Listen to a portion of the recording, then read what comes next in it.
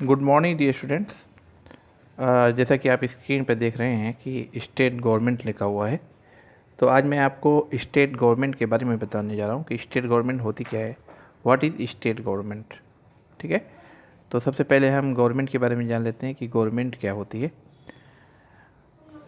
The governments at the state and central level works through three main organs. जो government होती है वो तीन चीज़ों से मिलकर बनी है, उसे लेजिस्लेचर, एग्जीक्यूटिव और जुडिशरी कहते हैं, है ना। यानी कि ये तीन पार्ट हैं गवर्नमेंट के, जो तीनों मिल करके गवर्नमेंट बनाते हैं।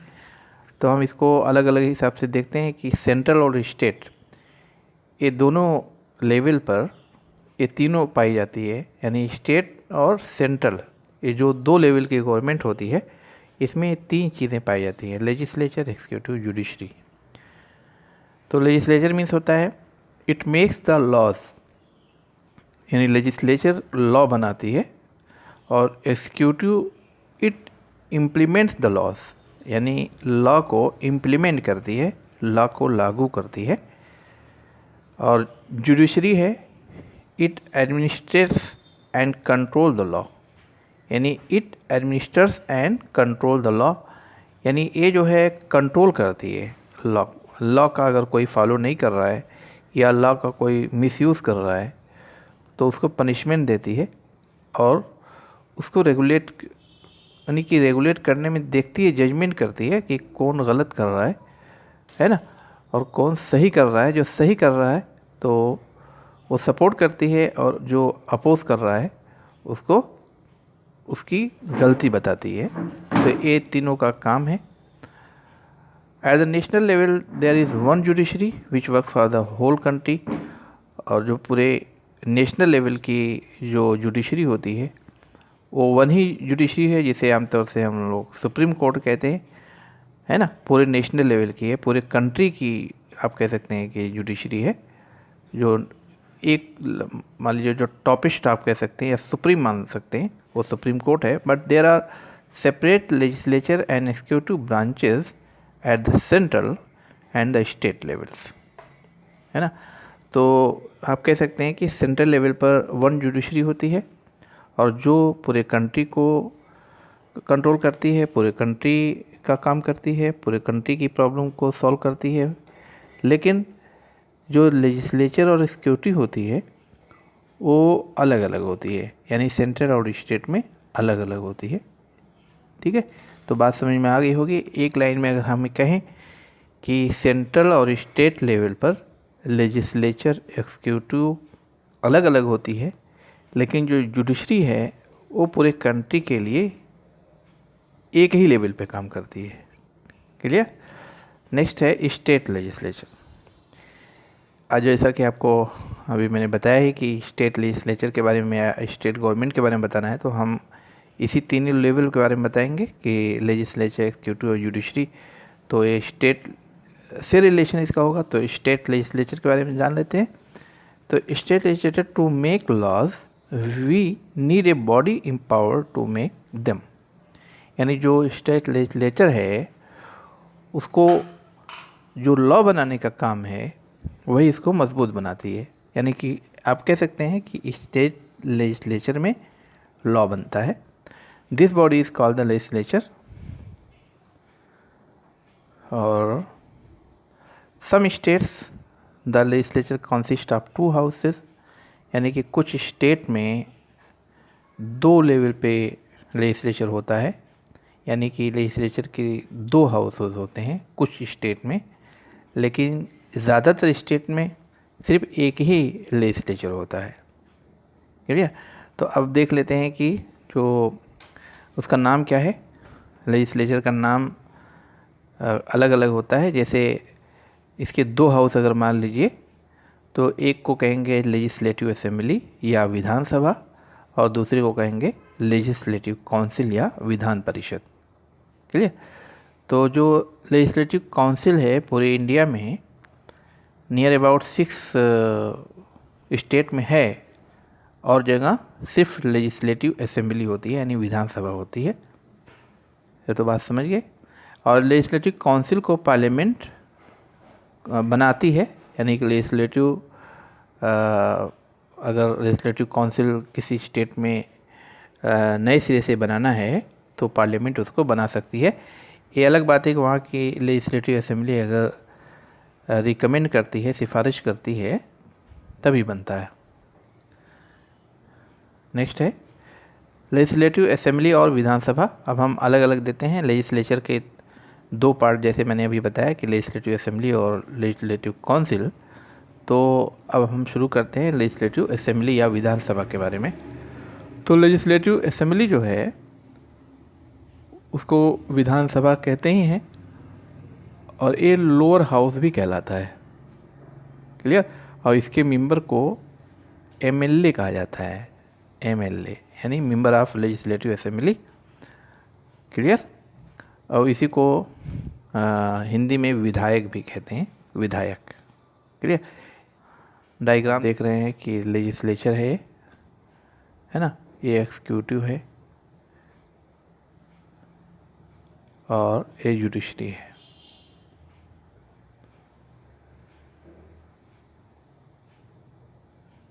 ये जुडिशरी है ना। तो ये तीन चीज़ें हैं।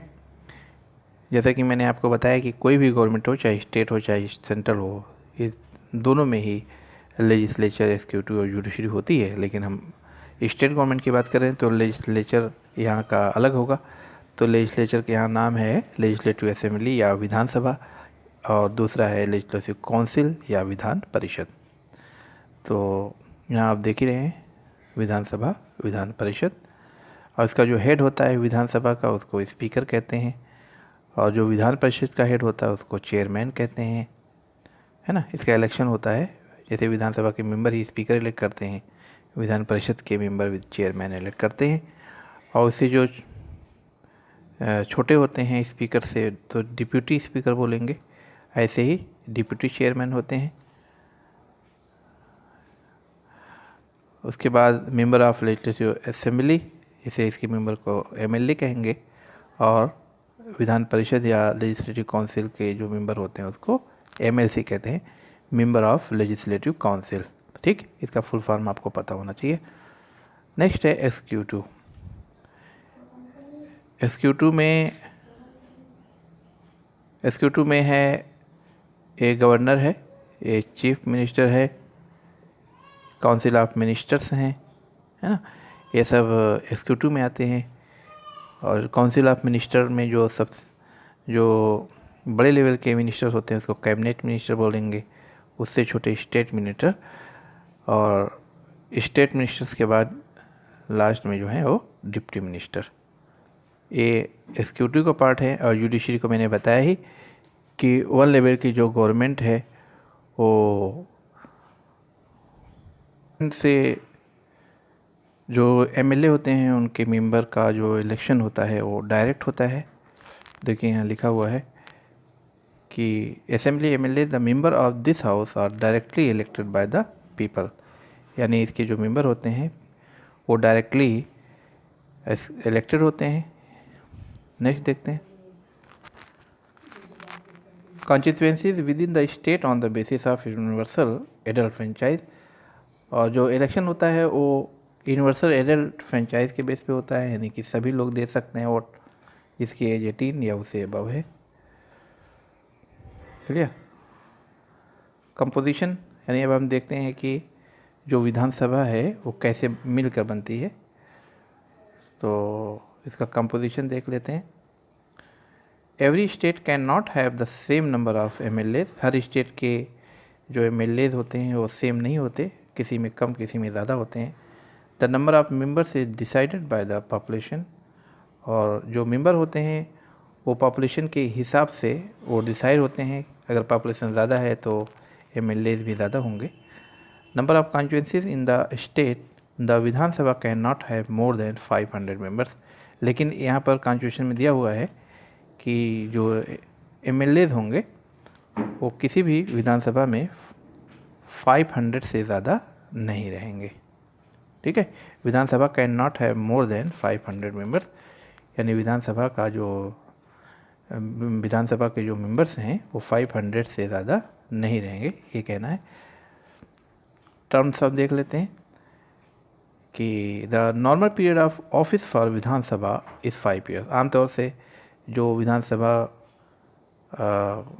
का टाइम है वो 5 ईयर होता है।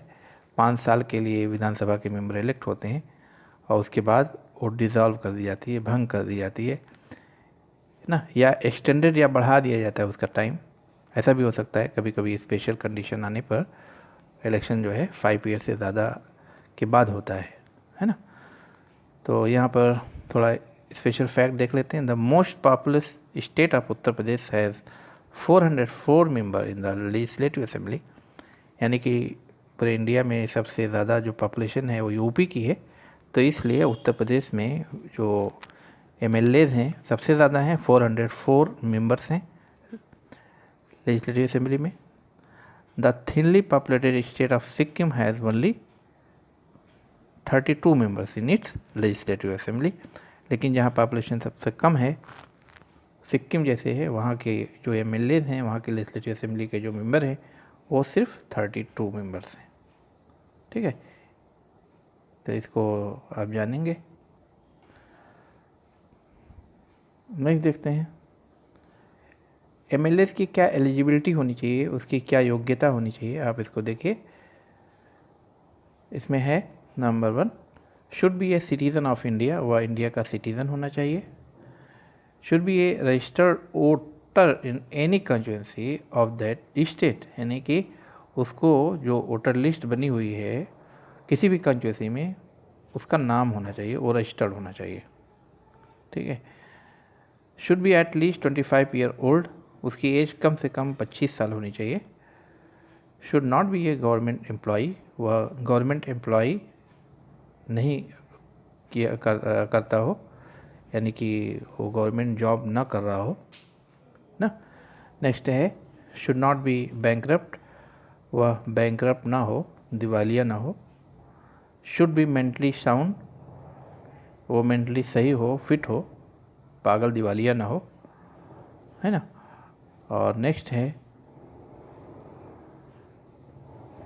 Should not have served a jail imprisonment of 2 years और मोर, और उसको किसी कोर्ट ने उसको जेल की सज़ा ना दी हो, यानी 2 साल या उससे ज़्यादा कि वो जेल इम्प्रिजमेंट ना हो, यानी जेल या कैदी ना रहा हो, 2 साल या उससे ज़्यादा की सज़ा उसको ना मिली हो, किसी कोर्ट ने ना दिया हो, तो इस तरीके से वो एमएलए बन सकता है, विधायक बन सकता है। ये उसकी एलिजिबिलिटी यहाँ दी गई है। अब देख लेते हैं ऑफिसर्स कौन कौन होते हैं, यानी कि विधानसभा के जो ऑफिसर हैं उसमें कौन कौन हैं, नाम आप जानते ही हैं। इसमें नंबर 1 स्पीकर आता है, जिसे हम विधानसभा अध्यक्ष बोलते हैं। डिप्यूटी स्पीकर होते हैं, है ना। विद स्पीकर जब नहीं रहते तो डिप्यूटी स्पीकर उसका चार्ज लेते हैं। They are elected by the members of the Vidhan Sabha from among themselves, और जो स्पीकर और डिप्टी स्पीकर होते हैं वो अपने में से ही इलेक्ट किए जाते हैं। The speaker preside over the meetings of the house, जो स्पीकर होता है वो हाउस की मीटिंग कराता है, वही प्रिसाइड होता है, वही अध्यक्ष होता है, वही मेन रेफरी होता है ना। उसी के सामने सभी लोग अपनी अपनी प्रॉब्लम बताते हैं। तो जो स्पीकर होता है वो maintains order within the house, यानी कि जो ऑर्डर है हाउस का वो उसको मेंटेन करता है, यानी डिसिप्लिन बैलेंस करता है। And invites votes on various subjects, और अलग अलग टॉपिक पर, अलग अलग सब्जेक्ट पर वोट्स इनवाइट करता है। ये सब काम स्पीकर का काम है। फंक्शन एंड पावर्स, अब आप देखेंगे कि इसका पावर क्या होता है लेजिस्लेचर का, है ना। तो उसमें है नंबर 1 लेजिस्लेटिव पावर, याद रखिए लेजिस्लेटिव पावर में legislative power can makes laws on the subject mention in the state list and concurrent list. यहाँ पर 2 लिस्ट दी हुई है, स्टेट लिस्ट और कॉन्करेंट लिस्ट, और एक और लिस्ट होती है यूनियन लिस्ट, लेकिन चूँकि यूनियन लिस्ट सेंट्रल गवर्नमेंट के अंडर में आती है इसलिए यहाँ नहीं दी गई है। यहाँ पर 2 लिस्ट दी गई है, स्टेट लिस्ट और कॉन्करेंट लिस्ट। तो ये लिस्ट इसलिए है कि इसमें टॉपिक दिए हुए होते हैं कि जो स्टेट गवर्नमेंट है किस किस टॉपिक पर लॉ बनाती है, यानी उसका एक दायरा होता है, उसका एक एरिया होता है कि उसी से ही रिलेटेड वो लॉ बना सकती है, जो कि स्टेट लिस्ट में दिया रहता है और कॉन्करेंट लिस्ट में दिया जाता है। यहाँ पर जो स्टेट लिस्ट है उसका नाम तो क्लियर है, स्टेट ही लॉ बना सकता है, लेकिन जो कॉन्करेंट लिस्ट है इसमें सेंट्रल और स्टेट दोनों बना सकते हैं। ये चीज़ ध्यान रखने की है। यानी जो एक कॉन्करेंट लिस्ट है इसमें जो लॉ है स्टेट लेजिस्लेचर और सेंट्रल गवर्नमेंट यानी यूनियन पार्लियामेंट दोनों बना सकती हैं, लेकिन अगर सेम पॉइंट पर दोनों लॉ बनाए तो जो यूनियन गवर्नमेंट का लॉ होगा वो ज़्यादा मायने रखेगा, उसकी वैल्यू ज़्यादा होगी। नेक्स्ट है फाइनेंशियल पावर्स। जो उसका फाइनेंशियल पावर है क्या करती है, legislature the assembly enjoy supreme authority with respect to passing of state budget, money bill, permission of laying taxes and fixing salaries of the member of the state legislature. All money bills are introduced by legislative assembly. यानी कि जो legislature होता है, जो legislative assembly विधानसभा या विधान परिषद हैं, उनके जो काम हैं वो बजट पास करते हैं, मनी बिल पास करते हैं, है ना, टैक्सेस लगाते हैं मेंबर्स ऑफ द लेजिस्लेचर। तो इस तरीके से जितने भी मनी बिल हैं वो लेजिस्लेटिव असेंबली में ही पास होते हैं पहले, यानी पेश किए जाते हैं। आप कह सकते हैं कि जो मनी बिल है, बिल में भी अलग अलग बिल होती है, जनरल बिल होती है, मनी बिल होती है, फाइनेंशियल बिल होती है ना, कॉन्स्टिट्यूशनल अमेंडमेंट बिल होती है। तो बिल में भी कई बिल होती है। तो जो मनी बिल होती है, जो पैसे से रिलेटेड होती है, वो याद रखिएगा हमेशा हमेशा सिर्फ लेजिस्लेटिव असेंबली में ही इंट्रोड्यूस होती है, सबसे पहले वहीं पेश की जाती है। तो लेजिस्लेटिव असेंबली का पावर इसमें ज़्यादा है। ठीक, नेक्स्ट है control over the council of ministers. और जो काउंसिल ऑफ मिनिस्टर्स हैं उसको कंट्रोल करती है legislature. The council of minister is collectively responsible to legislative assembly, यानी कि जो काउंसिल ऑफ मिनिस्टर्स हैं, है ना, वो कलेक्टिवली यानी कि सामूहिक तरीके से रिस्पॉन्सिबल जिम्मेदार होते हैं किसके सामने, लेजिस्लेटिव असेंबली के सामने। यानी कि जितने भी मिनिस्टर्स हैं, काउंसिल ऑफ मिनिस्टर्स हैं, वो सब लेजिस्लेटिव के सामने कलेक्टिवली यानी ग्रुप में रिस्पॉन्सिबल होते हैं, सामूहिक रूप से जिम्मेदार होते हैं। यहाँ एक मिनिस्टर की बात नहीं होगी, बल्कि सभी जितने मिनिस्टर होते हैं सभी ग्रुप में लेजिस्लेटिव असेंबली के सामने झुके रहते हैं, उसी के सामने जिम्मेदार होते हैं। लेजिस्लेटिव असेंबली अगर चाहेगी तो उसको वैल्यू बढ़ाएगी, अगर नहीं चाहेगी उसको हटा भी सकती है। क्यों? वोटिंग के ज़रिए से। लेजिस्लेटिव असेंबली में वोटिंग भी होती है। अगर किसी मिनिस्टर के ख़िलाफ़ कोई नो कॉन्फिडेंस मोशन आ जाए, तो नो कॉन्फिडेंस मोशन, अविश्वास प्रस्ताव कोई पास हो जाए कि इन्होंने गलत किया है ना, मेजॉरिटी से ये साबित हो जाए कि कोई मिनिस्टर गलत किया है, तो जो कलेक्टिवली काउंसिल ऑफ मिनिस्टर्स हैं वो सबको रिज़ाइन देना होगा। ठीक है, ये होता है लेजिस्लेटिव काउंसिल और विधान परिषद। अब देख लेते हैं कि लेजिस्लेटिव काउंसिल और विधान परिषद क्या है। इसको अपर हाउस कहते हैं और इसका एक काम लाइन से आप बता सकते हैं, ये डिसिप्लिन मेंटेन करती है और इसका कोई पावर नहीं है। लेजिस्लेटिव काउंसिल का पावर नहीं है, बस ये है कि जो भी लॉ बनता है उसमें ये सोच समझ करके ही लोग फैसला लेते हैं, बस ये अपनी राय दे सकती है, लेकिन इसको कोई ऐसी अथॉरिटी नहीं है। ठीक है, member of the council include successfully people from non political background, यानी कि ये इसलिए बनाया गया है कि जो नॉन पॉलिटिकल लोग हैं इसके ज़रिए से इसमें आ सकते हैं और ये लोग लॉ बनाने में अपना रोल अदा कर सकते हैं। Clear? These members of legislative council are not elected by the people directly, क्योंकि जो ये इसके मेंबर्स होते हैं, एमएलसी होते हैं, वो पब्लिक इसको इलेक्ट नहीं करती है, डायरेक्टली इलेक्ट नहीं होती, बल्कि इनडायरेक्टली ये इलेक्ट होते हैं। और जो इसके मेंबर होते हैं, विधान परिषद के जो मेंबर होते हैं वो 6 ईयर के लिए रहते हैं, और every 2 years 1/3 of the members retire हो जाते हैं। ठीक है, तो याद रखिए विधान जो परिषद होती है, लेजिस्लेटिव काउंसिल होती है, वो परमानेंट हाउस होता है, परमानेंट, कभी डिज़ॉल्व नहीं होती। याद रखिएगा, विधान परिषद कभी डिज़ॉल्व नहीं होती, विधान परिषद परमानेंट हाउस होती है। क्लियर? हाँ, इसके जो मेंबर होते हैं 1/3 मेंबर, वो हर 2 ईयर में रिटायर हो जाते हैं। ठीक है, इस तरीके से ये है, same to same central government Rajya Sabha के तरीके से है कंपोजिशन। और इसके मेंबर्स कैसे इलेक्ट होते हैं, इसका कंपोजिशन कैसे होता है लेजिस्लेटिव काउंसिल का।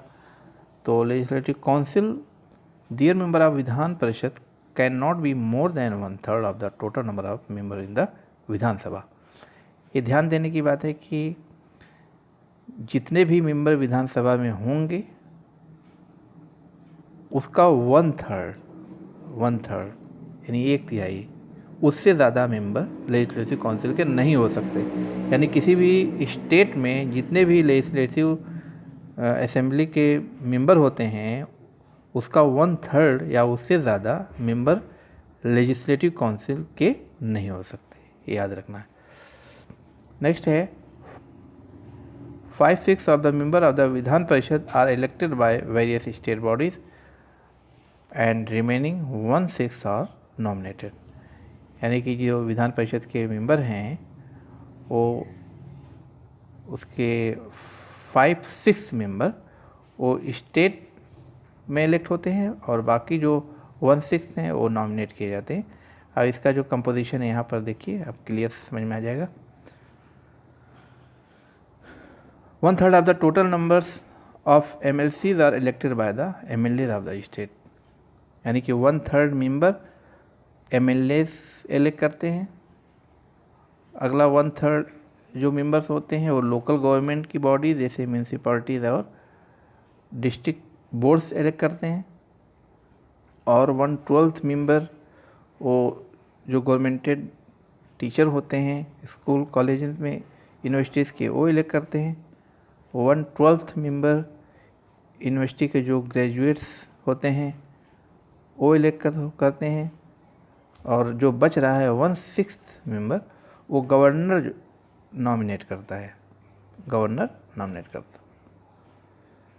अब टर्म क्या है, it is a permanent body can not be dissolve. ये परमानेंट बॉडी है, कभी डिज़ॉल्व नहीं होती। 1/3 of its member retire every 2 years. हर 2 साल में इसके 1/3 मेंबर्स रिटायर होते हैं, और जो नए मेंबर बनते हैं हर 2 साल में 1/3 मेंबर उसकी जगह पर आ जाते हैं। ठीक है, हाँ क्या कह रही हो, देख लेते हैं कि MLC की क्या एलिजिबिलिटी है, क्या योग्यता है।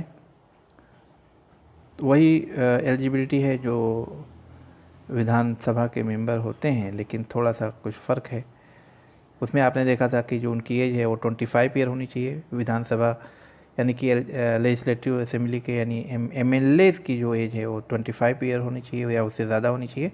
लेकिन जो MLC की एज है उसके लिए 30 ईयर एज होनी चाहिए। बाकी जो कंडीशन है वही होना चाहिए, जो MLA की है वही कंडीशन MLC की भी होती है। एज में डिफरेंस है, MLA की 25 और MLC की 30 ईयर्स, ठीक, या उससे अबव।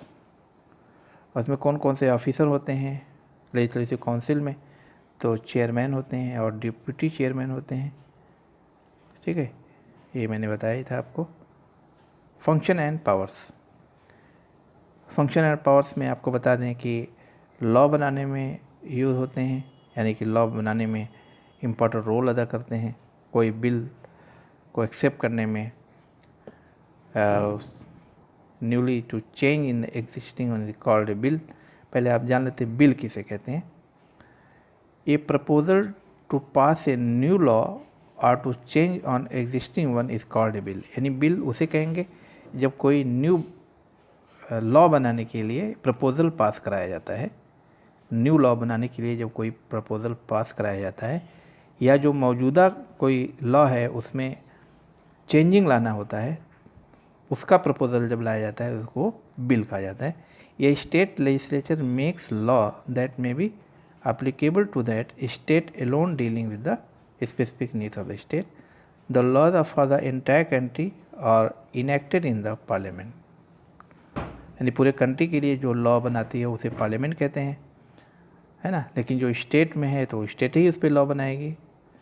तो there is a state list which include the many subject like, जो स्टेट लिस्ट में है वो स्टेट बनाती है। सब्जेक्ट याद रखिए, agriculture, land revenue, public health, law and order, police. तो इस सब में किसका पावर है? ये स्टेट लेजिस्लेटर का पावर है, यानी स्टेट गवर्नमेंट या स्टेट लेजिस्लेचर लॉ बनाती है। अगर कॉन्करेंट लिस्ट की बात करें, कॉन्करेंट लिस्ट में दोनों लॉ बनाते हैं, स्टेट और यूनियन गवर्नमेंट या सेंट्रल गवर्नमेंट बनाती है। इसमें जो सब्जेक्ट है कॉन्करेंट लिस्ट में वो है डाइवोर्स, तलाक, एजुकेशन, इलेक्ट्रिसिटी, इंडस्ट्रीज, ये सब कॉन्करेंट लिस्ट में आती है। क्लियर? तो ये सब्जेक्ट हैं। Process of passing A bill, bill कैसे पास होती है, बिल कैसे लॉ बन जाती है, इसको थोड़ा देखिए। जैसे ordinary bill can be introduce in any of the house. जो ऑर्डिनरी बिल है वो किसी भी हाउस में इंट्रोड्यूस हो सकती है, पेश हो सकती है, चाहे विधानसभा हो या विधान परिषद हो, है ना। They can be introduce by A minister, वो जो इंट्रोड्यूस कराया जाता है, पेश करता है, वो मिनिस्टर पेश करता है। नेक्स्ट है, in the house the bill is put to vote, if the majority of the members present vote in favor of the bill, then it is sent to the other house where it undergoes the same process. तो जब पेश की जाती है तो आपस में लोग डिबेट करते हैं, बहस करते हैं कि उसमें क्या अच्छाइयाँ हैं, क्या कमियाँ हैं, है ना। तो अगर कोई कमी होती है तो मेंबर उसको बताता है कि इसमें एक कमी है, इसको निकालना चाहिए। तो उसके बाद वोटिंग होती है। वोटिंग, बिल के लिए वोटिंग होती है कि कितने लोग सपोर्ट में हैं, कितने लोग अपोज में हैं। अगर सपोर्ट में ज़्यादा लोग हैं तो इसका माना जाता है कि ये बिल उस हाउस में पास हो गई है। फिर वो नेक्स्ट सेंड किया जाता है दूसरे हाउस में, है ना। उस वहाँ भी सेम प्रोसेस होता है, वहाँ भी वोटिंग होती है। अगर वहाँ भी पास हो गया तो फिर नेक्स्ट देखिए यहाँ दिया है, one the bill is passed by the both the house, दोनों हाउस से अगर बिल पास हो जाती है तो फिर उसको गवर्नर के पास भेजा जाता है। और however in unicameral legislature the bill is sent directly to the governor once it is passed by the Vidhan Sabha.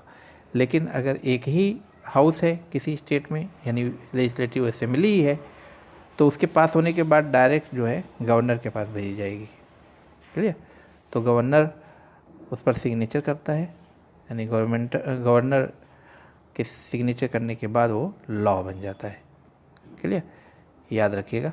लेकिन कभी कभी गवर्नर बिल पर साइन नहीं करता, उसको वो रिटर्न कर देता है ना, लेजिस्लेचर के पास रिटर्न कर देता है कि ताकि उसमें जो कुछ कमियां निकालता है उसको सजेस्ट करता है।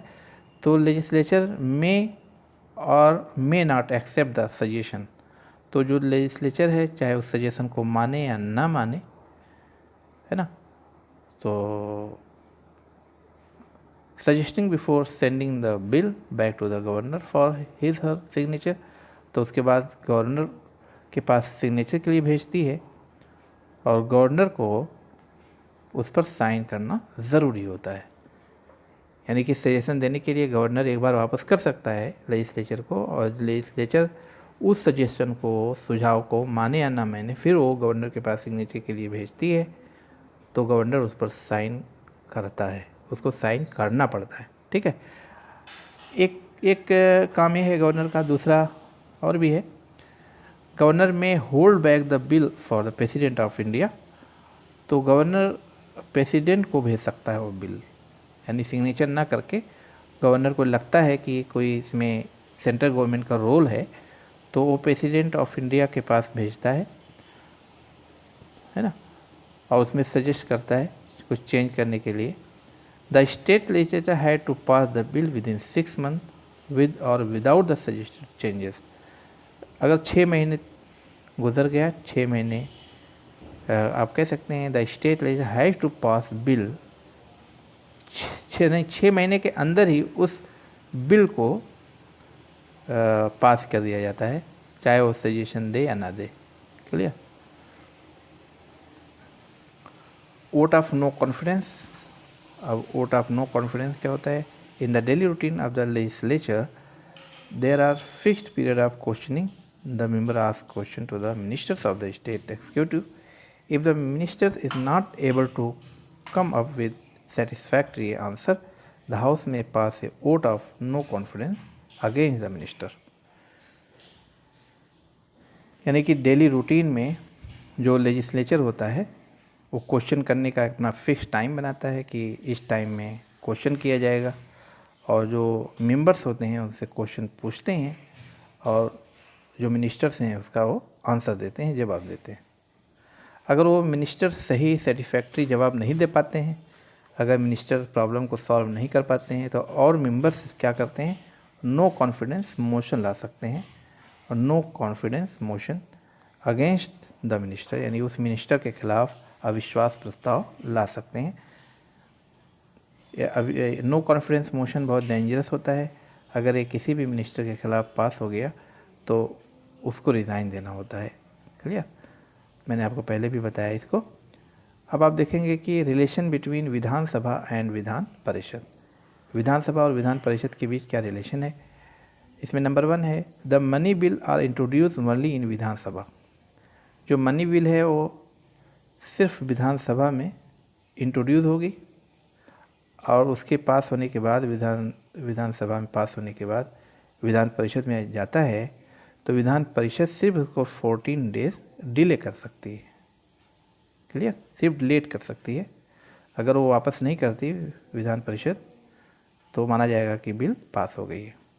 दूसरा आप कह सकते हैं even in the case of ordinary bill the Vidhan Parishad has a temporary power to delay it for 3 month in the first instance and for a month for second instance. का मतलब कि जो ऑर्डिनरी बिल है उसमें जो विधान परिषद है उसमें थोड़ा सा वो भी डिले कर सकती है, 3 मंथ के लिए डिले कर सकती है, लेकिन उसमें कोई ऐसा पावर उसको नहीं दिया गया है। क्वेश्चन नंबर सी देखिए, C point, Vidhan Sabha is must for every state while the Vidhan Parishad is optional. जो विधानसभा है सभी स्टेट में ज़रूरी होती है या ज़रूर होना चाहिए, लेकिन जो विधान परिषद है वो ऑप्शनल है, किसी में होती है किसी में नहीं होती। If the Vidhan Sabha passes any resolution, अगर विधान परिषद कोई रेजोल्यूशन पास करती है 2/3 मेजॉरिटी से, ठीक है, तो Vidhan Parishad the union government allow the state to have it. अगर विधानसभा 2/3 मेजॉरिटी से एक रेजोल्यूशन पास करती है कि विधान परिषद उस स्टेट में होना चाहिए, तो यूनियन गवर्नमेंट उसको अलाउ करती है कि वहाँ पर विधान परिषद बनाया जाए। ठीक। D, the numbers of Vidhan परिषद do not participate in the election of president of India. और एक बात और है, जो विधान परिषद के मेंबर हैं वो प्रेसिडेंट ऑफ इंडिया के इलेक्शन में पार्टिसिपेट नहीं करते हैं। ये हमारे कॉन्स्टिट्यूशन में है पॉइंट, इसलिए ये रूल बताए गए हैं। अब स्टेट फंक्शनरीज में the governor, the chief ministers, council of ministers, ये सब आते हैं। तो एक एक करके हम देखेंगे नेक्स्ट वीडियो में, और वीडियो बहुत लंबा हो रहा है इसलिए इसको यहीं पर हम ब्रेक करते हैं। Okay, thanks.